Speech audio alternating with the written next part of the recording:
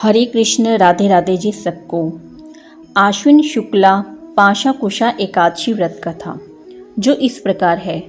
एक बार युधिष्ठिर बोले, हे भगवान, आश्विन शुक्ल पक्ष की एकादशी का क्या नाम है, सो कृपा करके कहो। तब श्री कृष्ण भगवान जी बोले, हे राजन, इस एकादशी का महात्म्य मैं तुमसे कहता हूँ, उसे ध्यान लगाकर सुनो। यह पापों को दूर करने वाली शिष्ट एकादशी पाशा कुशा के नाम से विख्यात है। इसमें मनुष्य को पद्मनाम का पूजन करना चाहिए। इंद्रियों को वश में करके बहुत समय तक तपस्या करने से जो फल मिलता है, वह फल गरुड़ ध्वज भगवान को नमस्कार करने से मिलता है। पृथ्वी पर जितने तीर्थ हैं, उनका फल भगवान के नाम के कीर्तन से मिल जाता है। जो व्यक्ति शार्ंग धनुषधारी जनार्दन की शरण को प्राप्त हो गए हैं, वे मनुष्य कभी यमलोक को नहीं जाते। जो मनुष्य पर संगवश एक एकादशी का भी व्रत कर लेता है, वह कठिन पाप करके भी यमलोक को नहीं जाता। हे जनार्दन, जब तक मनुष्य पद्मनाम नाम की एकादशी का उपवास नहीं करता, तब तक उसके सारे शरीर में पाप रहते हैं। हे राजन, यह एकादशी स्वर्ग, मोक्ष, आरोग्य, सुंदर स्त्री और धन देने वाली है। एकादशी पवित्र गंगा, गया, काशी, पुष्कर और कुरुक्षेत्र आदि तीर्थ भी नहीं है। एकादशी का उपवास करके, रात्रि में जागरण करके बिना परिश्रम विष्णु पद को प्राप्त हो जाता है। हे राजन, इसका उपवास करने से मनुष्य 10 पीढ़ी माता की, 10 पितृ कुल की, 10 पीढ़ी स्त्री के कुल का उद्धार कर देता है। वे मनुष्य दिव्य शरीर और 4 भुजा धारण करके, माला और पीतांबर पहनकर गरुड़ पर बैठकर स्वर्ग को जाते हैं। हे नृपोत्तम, आश्विन शुक्ल पक्ष में पाशा कुशा का उपवास करके मनुष्य सब पापों से छूटकर विष्णु लोक को जाता है। ऐसा करने से सब रोगों से छूटकर वह स्वर्ग लोक में जाकर गंधर्व होता है। तांबुल ब्रह्मा विष्णु शिव का रूप है। इसके दान से लक्ष्मी प्राप्त होती है। सुपारी में ब्रह्मा, पान के पत्ते में विष्णु निवास करते हैं। चूने में साक्षात शिवजी रहते हैं। पान में सुपारी का चूर्ण रखकर चूना, लौंग, इलायची से युक्त गंधर्व और अप्सराओं को प्रिय है। पान का दान करके प्रार्थना करें कि तुम प्रसन्न होकर मुझे धनवान और निर्भय करो। इस एकादशी का व्रत करने वाला स्त्री पुरुष ब्राह्मणी के लिए, लक्ष्मी और गौरी के लिए निमित्त पात्र में हल्दी और दक्षिणा रखकर देते हैं। देवी मेरे ऊपर प्रसन्न हो, इस प्रकार प्रार्थना करते हैं। वे दोनों स्त्री पुरुष सुख भोगते हैं।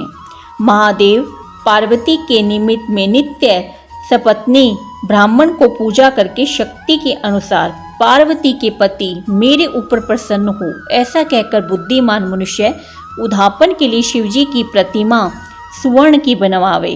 गौ और बैल की पंचोपचार से पूजा करके जो मिष्ठान और भोजन करावे, उसके व्रत के प्रभाव से सुंदर भाग्य, पूर्ण आयु, संतान, अक्षय संपत्ति और सुंदर यश होता है। यहाँ सब सुखों को भोग कर अंत समय में शिवपुर को जाता है। वहाँ बहुत समय तक निवास करके पूर्ण सुख भोगता है। जो आलस्य रहित होकर चातुर्मास का फल दान करता है, व्रत की समाप्ति में ब्राह्मण के लिए सुंदर वस्त्र देता है, उसके सब मनोरथ पूर्ण होते हैं। वासुदेव की शयन करने पर आलस्य को छोड़कर वामन जी के निमित्त दही, चामर और 6 रसों का स्वादिष्ट भोजन करावे अथवा दान दे, किंतु एकादशी को भोजन न करावे। इसी तरह ग्रहण आदि में दान करे। यदि नित्य दान न कर सके तो महीने के 5 पर्वों में दान करना चाहिए। चतुर्दशी, अष्टमी, अमावस्या, पूर्णिमा, हर एक रविवार अथवा शुक्रवार को दान करे। दोनों पक्ष की द्वादशी को अवश्य दान करना चाहिए।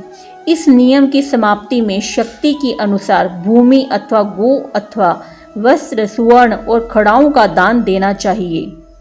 इस व्रत के करने से अक्षय अन्न, पुत्र और धन की प्राप्ति होती है।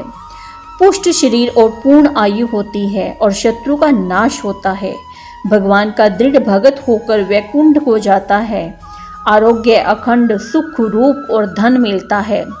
उसकी स्त्री बंध्या नहीं होती। यह व्रत अनंत फल देने वाला होता है। व्रत की समाप्ति में 2 गो दान करके और ब्राह्मण को भोजन करा के सब पापों से शुद्ध होकर सनातन ब्रह्मा को प्राप्त होता है। जो मनुष्य एक दिन का अंतर देकर उपवास करता है उसको ब्रह्मा सुवर्ण शैया 8 दीपक और गो दान करना चाहिए।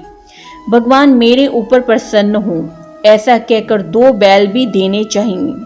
जो दूध पीकर उपवास करे उसे दूध की गो का दान करना चाहिए। वह सनातन ब्रह्मलोक को प्राप्त होता है।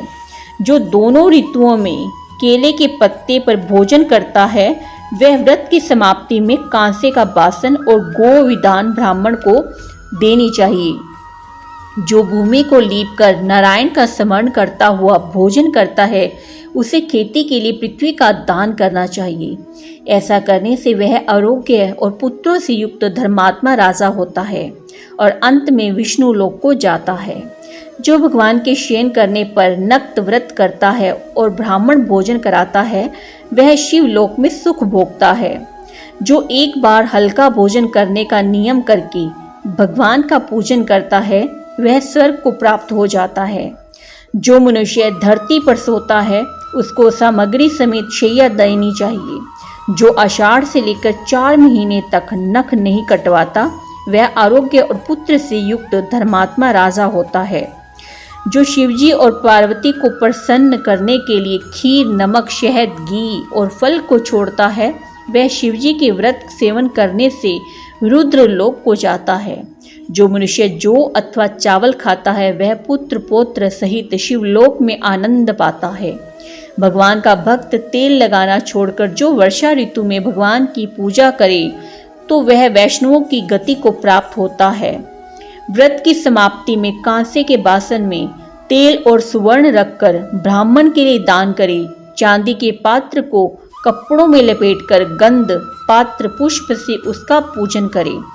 जो मनुष्य गेहूं को छोड़ने का नियम करता है वह सुवर्ण के गेहूं और वस्त्र दान करके अश्वमेघ यज्ञ का फल प्राप्त करता है। करेला परमल घिया अथवा जो फल अपने लिए प्रिय होवे उसे छोड़े। जो फल का त्याग करता है वह विष्णु लोक में पूज्य माना जाता है। श्रावण में हरा शाक, भादों में दही, आश्विन में दूध, कार्तिक में दाल त्याज्य है। पेठा उड़द मूली गाजर करौंदा ईख मसूर तरबूजा बैंगन ये 4 महीनों में वर्जित हैं। बेर आंवला घिया इमली इनका विशेषता से त्याग करें। पुराना आंवला तथा इमली नहीं छोड़नी चाहिए। भगवान के शयन करने पर 4 महीने तक भक्तिमान पुरुष को मचान और खाट पर नहीं सोना चाहिए।